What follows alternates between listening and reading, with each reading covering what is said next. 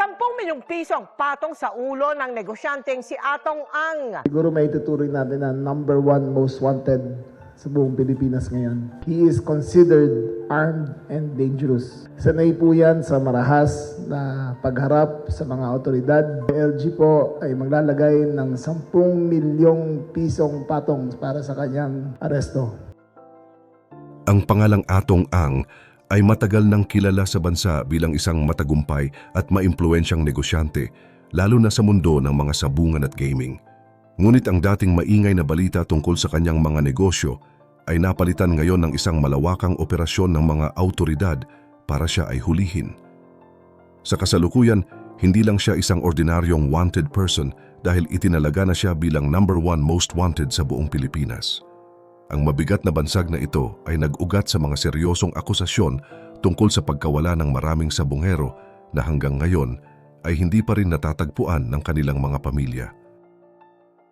Pero ang mas ikinagulat ng lahat ay ang laki ng halagang nakataya para sa kanyang pagkadakip. Ang tanong ngayon, sapat na ba ang 10 milyong piso para may magsalita tungkol sa kanyang kinaroroonan o mas mananaig ang takot dahil sa tindi ng kanyang impluensya? Pero bago po ang lahat, baka pwedeng pa-like ang video na ito. At mangyaring mag-comment sa baba kung taga saang lugar ka para malaman namin saan umaabot ang ating mga video dahil napakalaking bagay na ito sa aming content creators. Maraming salamat po. Ang Department of Interior and Local Government o DILG mismo ang naglabas ng anunsyo na mayroon ng 10 milyong pisong patong sa ulo si Atong Ang. Ang pabuya na ito ay ibibigay sa sinumang makakapagbigay ng impormasyon na magreresulta sa kanyang pag-aresto.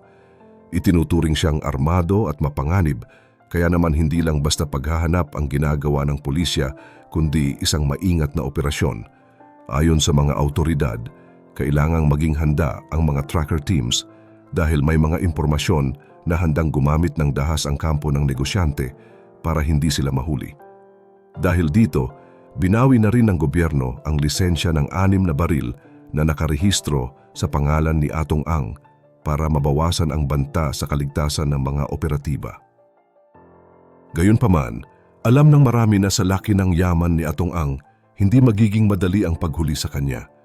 Sinabi ng mga opisyal na dahil sa dami ng kanyang pera, madali para sa kanya ang kumuha ng mga iligal na baril o bumili ng katapatan ng mga taong magsisilbing security niya.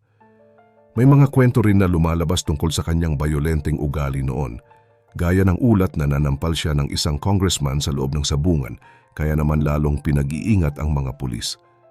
Nilinaw naman ng Philippine National Police na wala silang plano na gumawa ng anumang extrajudicial killing, ngunit kailangan nilang protektahan ang kanilang mga sarili dahil alam nilang hindi basta-basta ang kanilang hinahanap. Sa ngayon, mukhang nahihirapan ang mga autoridad na matunton kung nasaan ba talaga siya.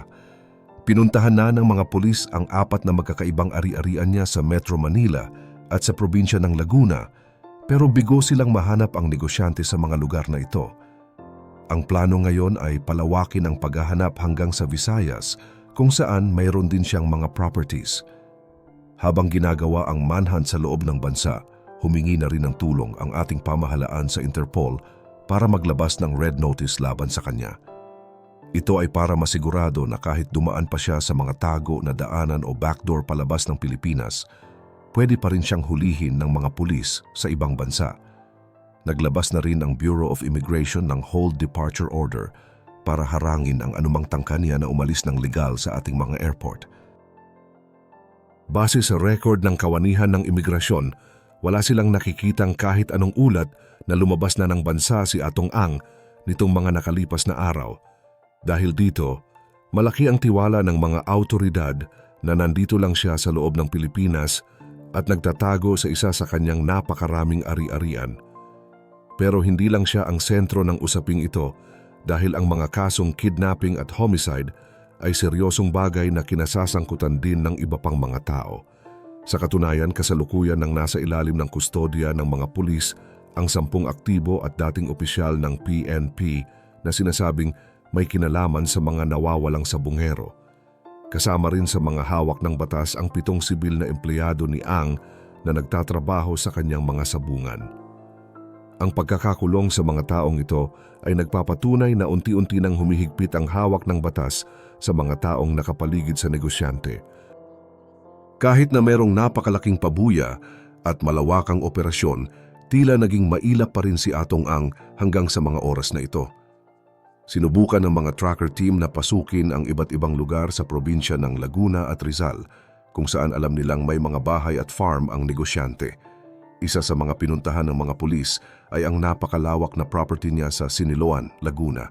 Pagpasok pa lang ng mga autoridad sa loob ng malaking lupain na ito, tumambad sa kanila ang isang lugar na parang sariling mundo. Mayroon itong 2 helipad para sa mga helicopter, mga villa para sa mga bisita at isang malaking main house na nakatayo sa itaas ng burol. Pero kahit inisa-isa ng mga pulis ang bawat kwarto sa loob ng mansion na iyon, bigo silang makita ang anino ni Atong Ang. Tanging mga tagapangalaga lang ng mga manok at mga tauhan ang nadatnan nila sa loob. Hindi rin tumigil ang paghahanap sa iba pang mga bayan. Pinuntahan din ng mga operatiba ang isang farm sa Magdalena, Laguna na balitang madalas puntahan ng negosyante. Pagkatapos nito, dinalaw din ang isang cockfighting farm sa Mabitak at isang resort sa Halayhayin, Rizal na sinasabing pagmamay-ari rin ni Ang. Pati ang NBI sa Laguna ay nakisali na rin at ininspeksyon ng isang farm sa San Pablo. Pero kahit doon ay wala silang nakitang bakas ng kanyang kinaroroonan. Nakakagulat ang lawak ng mga pag-aari ng negosyante dahil ang isang farm pa lang sa Siniloan ay may lawak na 400 ektarya. Sa laki ng mga lugar na ito, madali nga namang magtago kung gugustuhin ng isang tao, lalo na kung marami siyang mga tauhan na nagbabantay para sa kanya. Magkakaalam, share ko lang story ko. Dumating ako sa point na isang income lang hindi na sapat para sa pamilya ko. Kaya naghanap ako ng extra income at oo, marami rin akong pinagsisihan na online courses at online materials. Pero may natutunan ako. Dahil doon, unti-unting guminhawa ang buhay ko. May savings na, may bahay, may sasakyan at nakakapag-travel abroad. Kaya gusto ko lang i-share ang mga nakatulong sa akin. Inipon at compile ko lahat ng online course at online materials na alam kong makakatulong din sa iyo. Litan ang link sa description at comment section. Pati ang kanyang bahay sa Mandaluyong ay hindi nakaligtas sa inspeksyon ng mga pulis, pero gaya ng ibang mga lugar, wala rin siya doon. Sa kabila ng lahat ng ito, nangako ang mga regional intelligence teams na hindi sila titigil sa pagmomonitor at pag-iikot hanggang sa maisilbi ang warrant of arrest laban sa kanya. Alam ng mga autoridad na ang bawat sulok na kanilang pinupuntahan ay naglalapit sa kanila sa katotohanan. Bagamat itinalaga na siyang armado at mapanganib, nananatiling alerto pa rin ang mga kapulisan para masiguradong walang masasaktan sa sandaling magkaharap na sila.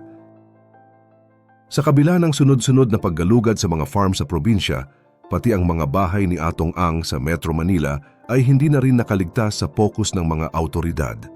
Bit-bit ang hindi bababa sa 4 na warrant of arrest, pinasok ng Mandaluyong Police at CIDG ang isang bahay na iniuugnay sa negosyante sa Barangay Maaway.